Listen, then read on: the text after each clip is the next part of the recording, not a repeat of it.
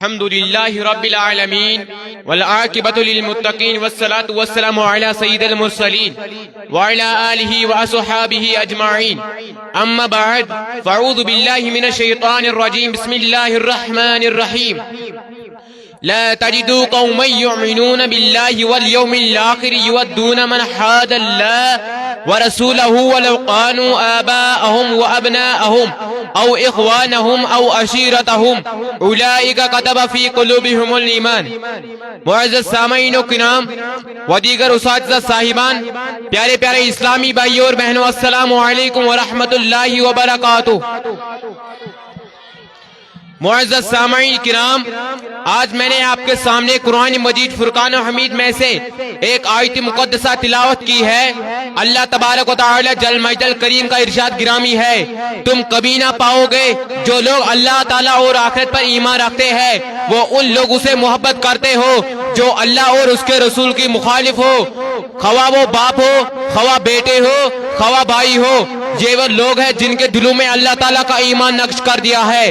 حضرات محترم، اللہ تبارک و تعالی اور اس کے محبوب پاک صلی اللہ تعالی علیہ وسلم کی رضائی اور خوشنودی کے لیے کسی سے دوستی اور اللہ اور اس کے رسول کی رضائی کسی سے دشمنی اور عداوت رکھنے کی وجہ سے مسلمان دین دنیا کا شہنشاہ بن گیا ہے. اس لیے کہ اللہ تبارک و تعالی کا وعدہ ہے جس سے علامہ اقبال یوں بیان کرتا ہے کہ محمد سے وفا تو نے تو ہم تیرے ہیں، یہ جہاں چیز ہے کیا لوح و قلم تیرے ہے.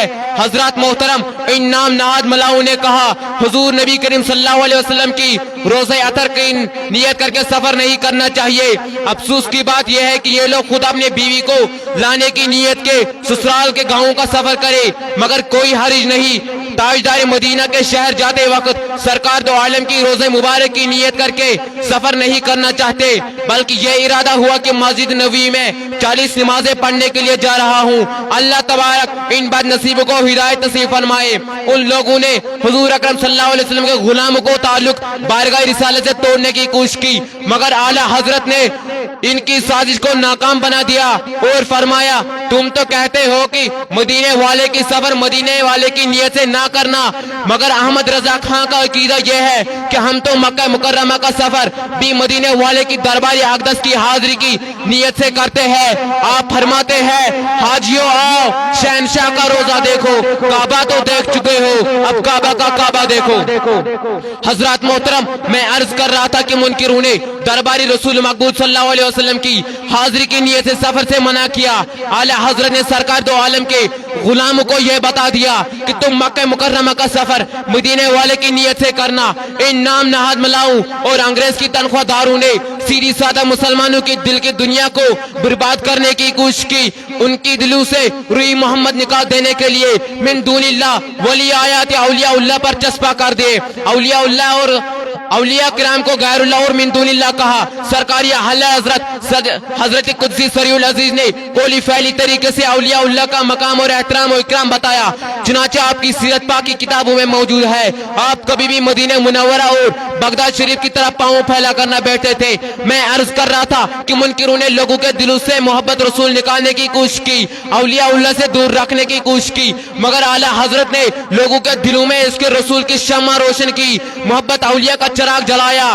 شاعر کہتا ہے جس نے ہر دل میں لگائے اس کے احمد کی لگن، جس نے ہر دل میں لگائے اس کے احمد کی لگن، وہ امام عاشقاں احمد رضا خان قادری. منکروں نے کہا آپ کا میلاد منانا شرک ہے، تو سرکاری اعلی حضرت نے فرمایا حشر تک منائیں گے ہم پیدائش مولا کی دھوم، مثل فارس نجد کے کلے گراتے جائیں گے. شرک ٹھہرے جس میں تعظیم حبیب اس برے مذہب پہ لعنت کیجئے.